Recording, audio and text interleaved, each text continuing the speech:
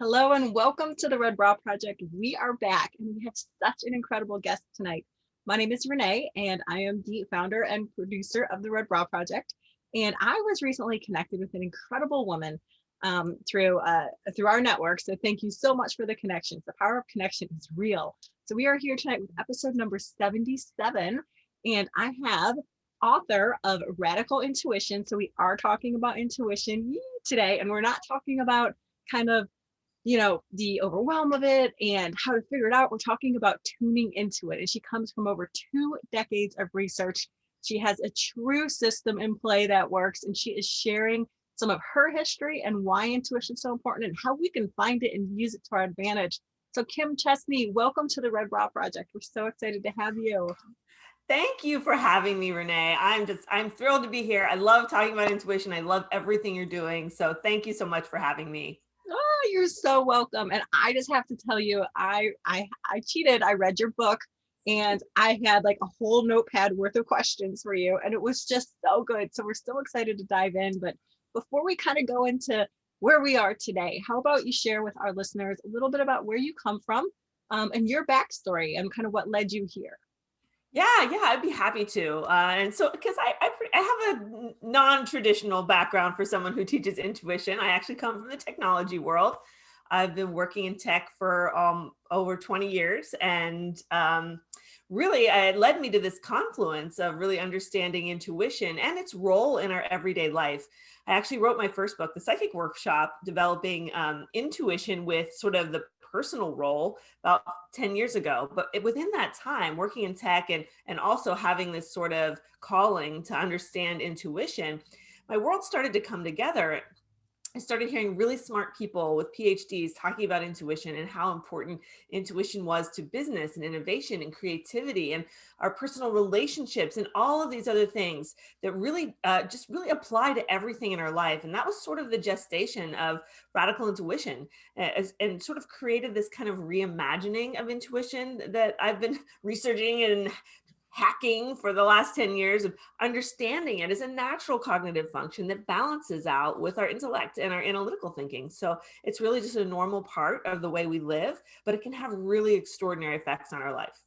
And I mean, that is just, I think that listening to and kind of one, learning that it's there and hearing it more often, and then two, we talk about this quite often, but having the courage to follow it because it doesn't always make sense. And I Mm-hmm. think that can be scary sometimes, because if you hear something or you feel a nudge or you're like, where did that come from? Why would I ever even do that? Do you have your own experiences that kind of led to reaffirming that yes, that was your intuition and not the crazy, thought in your mind? Yeah, and that's really one of the most important things that we have to start to do when we start to really like think about our intuition and put our intention on understanding it and acknowledging it, that it's actually a meaningful part of our life. The first thing we have to do is start to differentiate between our intuition and all those other voices in our head, because there isn't just one voice in our head. Everyone's like, listen to your inner voice. Well, which inner voice are we going to listen to? Are we going to listen to our inner critic that tells us all these things that are, that make us feel small or make us feel fearful? Or are we going to listen to the voices of our friends or our families or our bosses and the people that have told us stuff? Or are we going to choose to listen to that true inner voice, the voice of our truth, our personal truth, which is the real truth? None of that other stuff is truth. It's all conditioning. It's all sort of stuff that comes from the outside world that has maybe a grain of truth, but the pure truth comes from our inner connection and that inner true north, right? That sort of true north that our intuition leads us to. So in the book there's a lot of different practices where we can start to really, weed out what the difference is between like an intuitive thought and an analytical thought, or a fear or our imagination. Because sometimes we think we're just making things up, but really intuition is quite systematic. When you start to understand how it works, there is a method to the madness. It isn't just willy-nilly stuff that comes and goes and flies by the seat of our pants. There's a process involved, and we've just never been taught it. That's the problem. So is it fair to say, so you definitely, so in the book, just for some of our listeners, it's really cool because Kim includes different types of quizzes and kind of self-checks about how to learn your intuition and where you fall. So you explain that there's 4 different types of intuition. And even though we may be stronger in one area or another, that doesn't mean that we can't learn and strengthen those other areas because they all work together essentially. And that's the ideal goal, is to be at the top of all four of those and really trust in that flow. Now, just saying all of that, it sounds like, wow, that sounds like a lot of work, but it sounds like once you recognize the system, it becomes easier and easier, correct? Right. Most of us have just been using our intuition intuitively. We've just been waiting for it to come and go. We're not really consciously aware of how we're using it. So, and these sort of four pathways of intuition that I talk about in the book, this isn't anything that you haven't been using already, right? It's the processes that have already been happening within you. I'm just showing you how they work. And oh my gosh, yeah, that totally happens to me. And that totally happens to me. So it's more of an issue of just awakening to the way it's already working within us, and then expanding that, putting our attention on it and allowing it to open up more. And what you said was exactly right. We all have these basic four pathways of intuition, which comes down to the age-old elements of body, mind, heart, and spirit. These are the ways that our intuition flows into us. It speaks to us through our bodies and our feelings and sensations, our gut feelings, right? It speaks to us through our minds with our inner guidance and decision making and the choices. It speaks to us through our heart and how we're called and moved, our passions, right? Are the things that we want to create and build in the world. And then ultimately it touches our spirits, because at the end of the day, the highest, most pure experience of intuition is our connection to the universe and life itself, and the source of whatever you call God, or the ultimate expression of human being. That's how important intuition is. It touches every single part of our lives. Mm. And I love how you connect it to back to kind of, I mean, you came from a tech background. And so when you were doing your research, you mentioned different tech major gurus, Steve Jobs, and some other people that really use their intuition. And so you, with your tech background and science and things, what made you kind of leave the tech space to come and practice what your intuition was Right. helping you to do? Well, part of my, my blessing and my curse in life is that I've always had like one foot in each world. I was an artist growing up. I've always been intuitive. I've always had intuitive things happening in my life. So from a very young age, I've been drawn to it, and I've been drawn towards, sort of the mystical expressions of life.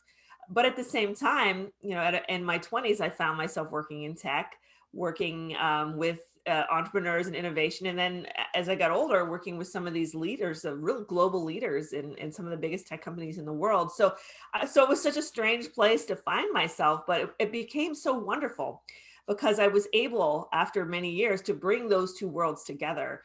And I did that through art and creativity and innovation. All of that stuff was really the expression of intuition in a very real way in our economy and life. When you talk about, I ran business incubators for creative and innovative businesses, and you want to talk about innovation. Well, you have to talk about intuition too, because intuition and innovation go hand in hand. You have to figure out what's first, what's next, what's new. Mhm. And all of that is the domain of intuition. So ultimately, I knew that this was something I wanted to teach. This was my life's passion.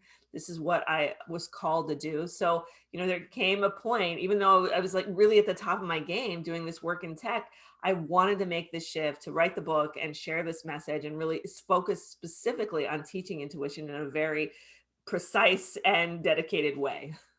Mm. So were you working on some of this before you kind of officially left the tech space, and then you eased into doing just full-time focus on intuition in your studies and research and teaching? Yeah, so after my first book came out, well, I was already working at the Tech Council when my first book came out, the Psychic Workshop, and that was nuts, because like being in that business space and writing a book about psychic development, like it freaked a lot of people out. Like people were just like, "What?" Like people would be walking down the hall, I'm like, "Can she read my mind?" Like it was a very strange experience. So I did have to kind of live those two worlds in a siloed place for a while, and it was always, in the evenings and on the weekends, and the trips I would take, and the way I would really feed my soul would be through intuitive development research and teaching and events and things like that. But it wasn't until I think it was 2018 when, I know I had been called to leave my job. I've been being called to move on and do this work in my heart for a while, but I was kind of like, oh, I'm good. I can wait a little longer. I could do this and that. And then finally I just like made the choice, and I just went out and I started Intuition Lab. I founded it. And that's my online intuition development school. And I've been teaching that for the past 3 years, and started doing big retreats and all kind of wonderful events in person.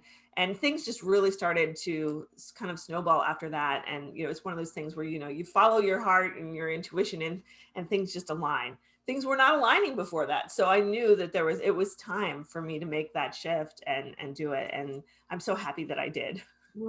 I love that part of your story because it's so humanizing. And I know there's so many people and women that can relate to, I'm doing this right now, I'm doing this right now, but I really feel like this. I feed my soul at night. I am kind of living two different worlds of passion. But just to hear how your own dots connected, like who would have thought you put together, tech, science, intuition, art, and now you have this beautiful business that you just pour into. Yes. Yes. So yeah, being an entrepreneur, I mean, that's something that's so intuitive. And that's why I led, a lot of entrepreneurial support initiatives over the past 5-10 years. And, especially for women, using our intuition is so important when we create our business, we create our projects, when we connect with our people and create that community, and that heart-centered business in life is so crucial. So it really has all been so literally dear to my heart, this process, and the people that I've been able to work with and help. And it's been so rewarding. And I, like I said, I love that you have your own story of you knew that you were ready, but you were just like, oh, a little bit longer. I'm going to wait. And then when you did, stay in the comfort zone just a little bit more, Oh, for sure. So you talk a little bit in the book just kind of about the steps of recognizing that intuition is there. And I love that it is repeated throughout the book, the basic steps. So you have the resonance, discernment, validation. And then you give examples of somebody who followed it and somebody who didn't, which is so great because I'm such a visual learner. So for me, it kind of helped me see the pictures. But my question for you is, and I know that sometimes this happens, and so what happens when you go through the first two steps, but you don't always see the validation? How do you trust that you're supposed to act before validation? Because validation doesn't always come when you expect it to. Yes. And that is very true. And that's part of, what I say with intuition is a lot of intuition is based on trust. So sometimes your validation might not come for a day or a week or a year or 10 years even.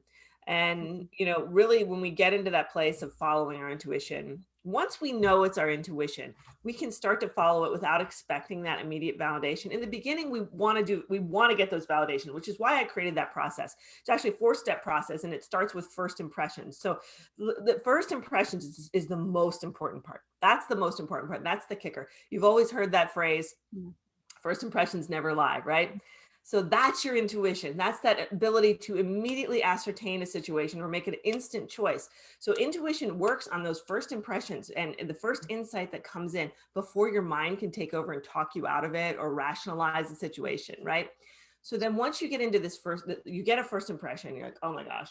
Then you use your resonance to kind of go into it. What does it feel like? Does that first impression feel right? Or was that just like one of those strange voices in my head? Right. So resonance can really be a good tool for differentiating those voices in your head, right? What does it feel right? Does it feel wrong? Right. So getting into that resonance and then, really discerning the situation. So for example, let's stick with the first impression. You meet someone and they're like, you get the creeps from them. You don't know why. You just totally get the creeps from this person. And even though all your friends are like, this person is just so great, but totally gives you the creeps, right? So you're like, do I listen to that? My first impression is this person gives me the creeps. Then your resonance is like, okay, should I listen to that as you're talking to this person, interacting with this person? How do they feel? How do they connect with you? Does it keep feeling wrong? If it shifts and it doesn't feel wrong anymore, maybe your first impression was based on something other than your intuition. Who knows? We'll suspend judgment for a little bit, right? Then you go into it deeper. But if it's you just keep getting bad signs, red flags, your intuitions keep just like, nope, then you got to keep listening, right? Ultimately get to a place of discernment where you decide, okay, I'm not going to be with this person right now. Or around this person. So, okay, so how do you know you made the right decision? Am I just being crazy? Am I like being paranoid about this person? Well, maybe you find out in a few months that the person was mean or had bad habits or there was something wrong. But, sometimes you never find that out, right? So there is a point where you get to with your intuition where you recognize it and you have to trust it, even if you don't get that validation. early on, as we start to work with intuition, I always integrate validation into our practice because it's so important to build that trust. You need them in the beginning. You need to have those little God winks, those little signs, those little connections that show you that it's real, that it's not, you're not just making this up. This isn't just a bunch of floof that we do to make ourselves feel good, right? Or you're It's talking yourself into it. You're like, exactly. Or you're talking yourself into it. So you need them in the beginning, but once you start to build that relationship with your intuition and you use it all the time, you'll recognize how it feels. And it'll be much easier to just say, okay, I'm just going to make this choice because this is how my intuition is guiding me. And I don't necessarily need the validation. If I get it, that's great. But as time moves on, you need that validation less and "Mm, less. gosh, that's so good. That makes complete sense. And thank you so much for mentioning the first most important step is kind of when you feel it. And you talk about sometimes it comes to you in the shower or when you first Yeah. open your eyes, when you aren't already aware of the 5,010 thoughts running through your mind, or, something hits you out of nowhere, you're grocery shopping or standing in line and you're like, what is that thought about? So those are like the first impression things, right? That you should kind of start to lean in and pay attention to Yep. because your intuition is trying to speak. Yes, Oh, exactly. Those are those little calling cards. That's when your intuition's like, hello, hello. And you can decide to like, I'm going to say hi back. I'm going to listen to that, or I'm just going to like ignore it. Right. yeah. Yeah. And then like your external validation can be like you gave an example of you look at the clock, it's 11:11, or maybe Yes, you turn on yes. the radio and you hear a song right away, or a friend calls out of the blue, or a family member. Like those are just I think that it's it's so cool to trust those things and not think that you're crazy and not think, oh, I'm just trying to talk myself into it, because the alternative is what if you just went with the flow and you trusted your intuition, and let's see how easy it is to navigate your next steps, whatever it is, career, relationship, love, friendship. So I don't know. I think it's really cool what you're doing out there. How is Hey. the way you're teaching to kind of identify and listen to your intuition different from other people? Yeah, and it really is. And, and I've worried that because I come from the intuition world, the psychic world. I was raised there. It was my home for many, many years. And so this really is a new way. It's a bit of a departure from traditional teachings on intuition, but it incorporates all of them. So it really is a foundation. So it's really just an expansion on the traditional understanding of intuition, which I think in the past, like, a lot of people, I mean, really, if you look back over the last 100 years or so, intuition has become more and more commonplace. You go back too far and it's like witch hunts and crazy stuff, right? We don't want to look at that. But like over the last 100 years, you have starting out people like Paramahansa Yogananda who brought yoga into our culture in the 1920s and started talking about nonstop about intuition. One of the very biggest advocates for intuition and that came into Western culture. It's very much accepted in the East, pretty much always has been, but in the West, not so much. So then looking over the past century, we would see intuition starting to become, commonplace when even in the late 90s, when people like John Edwards and psychics were on TV, like, oh my gosh, intuition isn't something you're just born with. Before that, everybody thought you had to be born with psychic powers to really have these abilities. But then all of a sudden, everyone's like, no, you can develop this. This is a thing, right? And so like Shakti Gawain, who founded New World Library, who published my book, was one of the first people to really write about intuition in this way. And so something that we all have, we all harness, we all can use it, and it's not crazy, right? So looking at that, and that's kind of like the tradition that I came out of with the intuition work, and moving into this space that now we see intuition not just as something we all have, but as something that can be applied to more than just our spiritual development. Because to answer your question, I'm getting there, is that I think mostly in the past people have applied, intuition to their personal life, their spiritual development, all of these things. But now we're realizing, people who have been working with intuition are realizing that it's so much more. It's practical. It applies to science, applies to business. Einstein, huge intuition advocate. Steve Jobs, huge intuition advocate. It applies to these really important things that are now defining humanity and our future as a human race. So its implications are huge, and I'm so excited to see where intuition comes in the upcoming decades. Because when we're talking about things like the singularity and post-information age and the imagination age and all of the things that are going to define our culture and our global society in the future, intuition is crucial. It's what connects us. It's what makes us human. It what differentiates us from machines. So there's so much there really left to unpack with our intuition. This is just the beginning, and it's just gotten started. So I can't wait to see where it goes. It's so exciting. And I feel like you are just at the forefront, leading the way and just making it so easy to understand. Right. Yeah, yeah. And so I think, and you talk about too, it's like every person is unique to their own self and to their own journey. And while intuition, there's a system for recognizing it, everybody's own intuition is different and it fits them. So obviously listening to mine is going to be different than listening to yours or somebody listening to our show. So I think there's magic in that too, because it's not all going to be the same. Yeah, and that's really one of the reasons why I wrote this book, is because I wanted to show people, don't listen to me. Like I can talk about intuition till the cows come home. I can tell you how great it is, shout it from the rooftops. But until you experience it for yourself, until you witness that magic, when you're like, whoa, I just knew something that it was impossible for me to know. Oh my gosh, how did this thing happen? It was totally impossible. Until you have those aha moments or those epiphanies or those really experiences that transcend our everyday life, it's then that you start to realize how powerful it is and really start to feel that call to develop it, because you realize how crucial it really is and how good it can be in your life. So it's really about teaching people. This isn't just a reading book. This is a doing book. It's about teaching people to experience their intuition for themselves and opening up that space for those validations and really for the wonder of intuition to come into your life. So this is kind of a random question, but as I was reading through the book, one of the things said, obviously when you look for outside validation, sometimes it comes to you, sometimes it doesn't. And I know there's a scientific term for it. So like, for example, when you buy a red car, you're going to go out, like what you are looking for, you often find. And so that goes into positive, feelings and outlook, negative perspectives, things like that. So all of a sudden you buy, let's just say a silver car.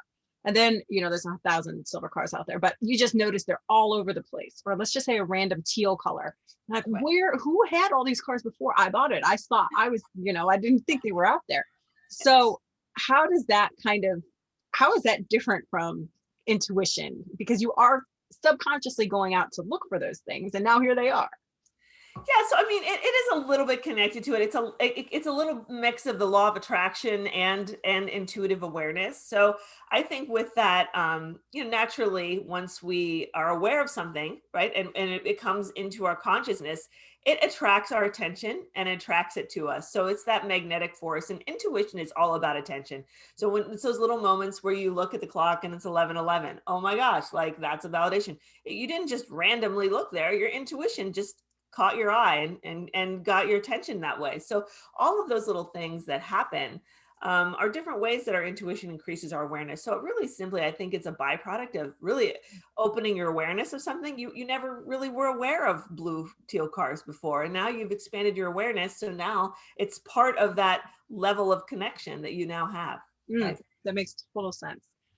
Your website is pretty awesome as far as resources and even free resources. And one of the cool things that you have, which I want everybody who's listening to our interview, head over to Kim's website, kimchestney.com. It's CHESTNEY.com. Secret T. Yes. And you have like where you can randomly click and a card pops up and you just say, don't make more of it. Just look at the card. What's the first few things that come to mind? And that's a great beginning tip to kind of learn about your intuition. So that is so neat, Kim.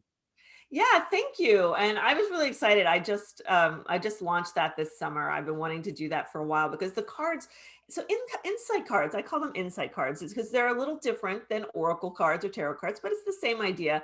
Only the difference is instead of, attributing your cards to any system or book of interpretation or system of interpretation, you put it to your own inner wisdom system of interpretation. So I always say, if you want to practice with other cards, just buy the cards and throw away the book and let your intuition speak to you, right? So with these cards, I actually designed them myself, and because I was like, well, I really knew what I wanted. I was like, why not just create them myself? I'm an artist, so I designed them myself, and so I made them exactly how I wanted them. And so you can go out and you can actually buy printed decks too. Now that I've just come out with a printed deck, and you use these cards to really speak with your higher self, right? You can use this 4-step process that we just talked about. What was your first impression of the card? How does that card start to feel with you? What information, ideas, insight, guidance can you then discern from it based on the way that you perceive the card? And it's so cool because sometimes, I do a lot of workshops, and sometimes I'll do workshops where I'll just pull one card for everybody in the class, and then we'll all go around, and every single person interprets that card differently. Everyone has a different message, a different bit of guidance. And it's so wonderful how your own unique intuition can speak to you through these cards. So it's a great way to practice. It's totally free. And there's all the directions are there on the website if you want to try it. So cool. Talk to us a little bit about your online workshops. So those sound really neat. Yeah. So I really do a lot of work with teaching and online courses. I have small courses, big courses. My signature class is Illuminate, and that's really an immersive awakening retreat. So if you're out there and you really want to like understand all of this stuff and go through it step by step, like that's really the core foundational course for really activating, awakening your intuition and understanding how it's working.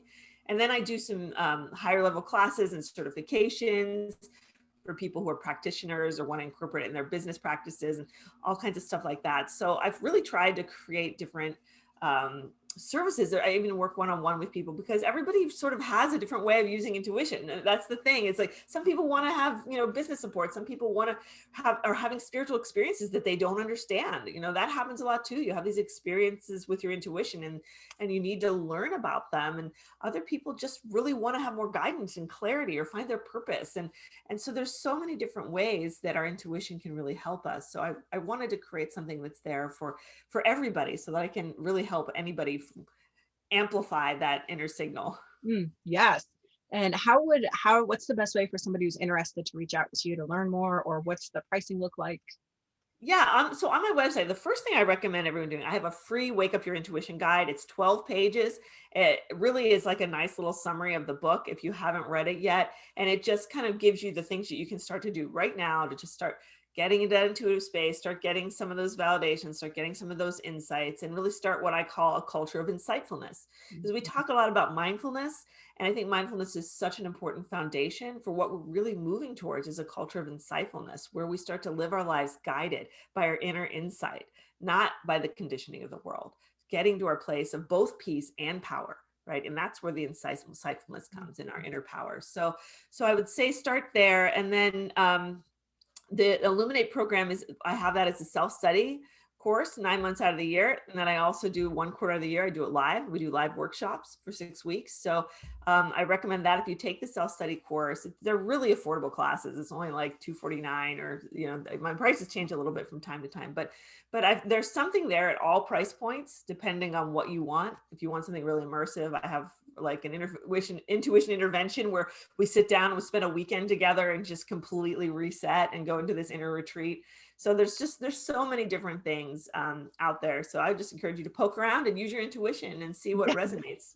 I love it. And starting with those cards is a really cool first way to kind of play with it a little bit and start speaking, listening and then trying to react to it.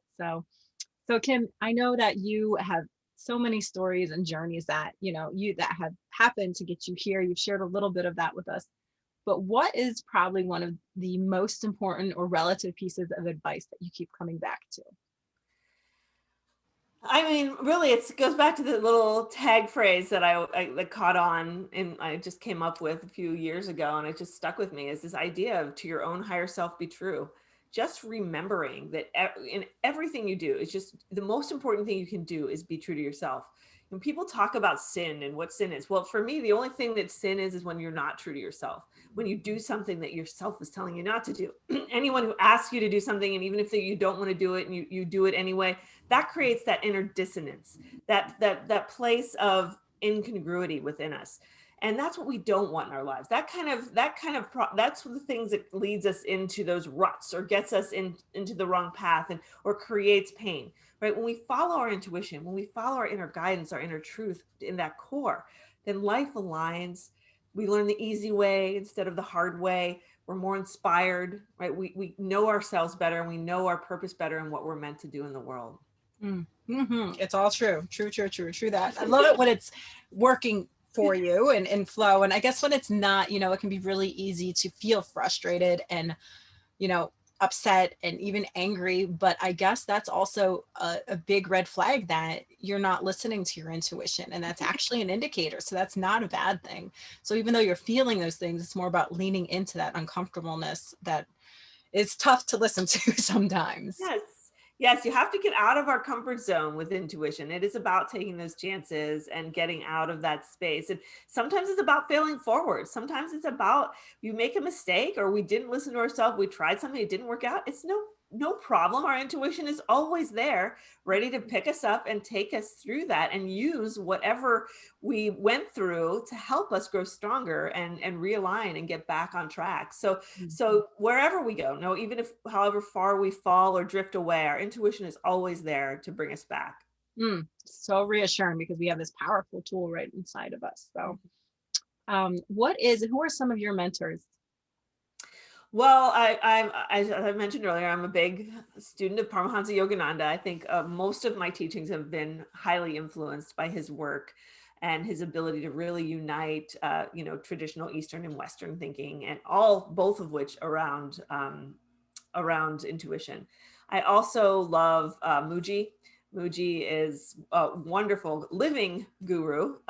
Yogananda has passed on, but Muji is wonderful living in Portugal, and he really is. He started out as an artist and a creative person, so he's very intuitively connected. He's a painter, but a real true sage, a true wisdom keeper, who I highly recommend checking out his Sunday sadhanas and the work that he does, the satsangs, where he really allows you to connect with your own inner wisdom and inner truth.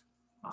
So good. So awesome. We always love hearing our guest mentors and kind of how you find your path and, the people you look up to. So yes. We ask all of our guests kind of our infamous question, and that's just all about what is a red bra moment for you. So the red bra is more of it's a concept, it's an inner thinking, it's a feeling that you get. And there is no right or wrong red bra moment. They can be huge moments, smaller moments. We have them day to day. What is one that really kind of sticks out in your mind when you look back and you're like, that was definitely one of my red bra moments. I had it on underneath, it could be showy, it can't be, but I knew it was there. I went in, I did it, and I'm so damn proud. Yeah, that would have been the day that I quit my job. I would say that's a big one. Yeah, and it was so funny because the whole thing was a whisper, shout, roar thing. Like I said, I had that calling that I knew that there was something more that I was being called to, but I was resisting because it was comfortable, because I didn't, wasn't sure if I was ready, and I loved what I was doing. It wasn't like it was my job wasn't painful. So it wasn't like I was like, oh, I have to get out of this job. Like I loved it, but I still was called to do this. And so I was just having this conversation with my boss, and it was just about something silly. And I ended up like, my dog ended up knocking me down the steps, and like my kitchen caught on fire. It was like all this crazy stuff just happened. And my husband just looked at me and he's like, now, you have to quit your job. And I was like, I just knew at that moment. I was like, yes, this is the universe telling me that I need to get out of this alignment, that I got to get out of this friction, this incongruity, and get where I need to be. And I went in the next day and I put in my notice, and I started dedicating all of my work into Intuition Lab. And it was really a powerful moment. And there's been challenges, and it's been a journey, but it's been wonderful. And I would never do it any other way. And part of me wishes I would have done it 10 years earlier, but you weren't ready then. I wasn't ready. Yeah. There was something that I needed to get to. And the patience is so important. Trusting the wait, that phrase, trusting the wait, is really, really powerful sometimes, because we want to have things, we want to have them right now. Like, oh, I'm ready for this. But our inner guidance in the universe and life knows when it's ready. So those doors will open when the time is right. Oh, so good, Kim. I love that. Thank you so much for sharing that red bra moment with us, and all of your experience and your insight into the book and intuition. It is such an awesome thing. And I mean, for everybody who's listening, like I said, go to Kim's website. You have to check out the I'm losing I want to call them the cards, but your intuition cards. Insight cards. Yeah. Yes. It's in the toolbox. If you click toolbox up top, you can get all kind of fun tools there. Yes. And that 12-page Wake Up Your Intuition guide is a cool place to start. So thank you so much. Tell our listeners where they can find your book, where they can connect with you. Yep, the website, kimchestney.com. The book is everywhere, Amazon, all the bookstores, Target, online, stuff like that. So you can get the book anywhere. We also have an audiobook that just came out. Yay. So if you want to listen to an audiobook, it's there as well. So yeah, so you can get it anywhere and enjoy. And thank you for having me, Renee. This was such a fun talk. Oh, you're so welcome. We are so excited and just honored to have you as our guest and share your information and valuable work out there, because I know that it's going to impact somebody and kind of help them along their own personal journey. So we close out each one of our shows for our guests with a quote, and your quote is, "To be yourself in a world that is constantly trying to make you something else is the greatest accomplishment." Ralph Waldo Emerson. And I think that you are just a shining light leading the way for others to really listen to that and do it. Oh, thank you so much. You're welcome. Thank you to everybody who tuned in. If Kim's story resonated with you, leave us a comment below. Tell us what you liked. Share it with somebody else who needs Kim's story in their life. Stories hold so much power when shared. So we appreciate each and every one of you. Thank you so much for being here. Come on over and hang out with us on Instagram. That's where most of the stuff happens. You can check out all of our replays on our YouTube channel and on our blog at theredbrawproject.com. Thank you so much for being here, Kim. Thank you. So bye-bye. Bye.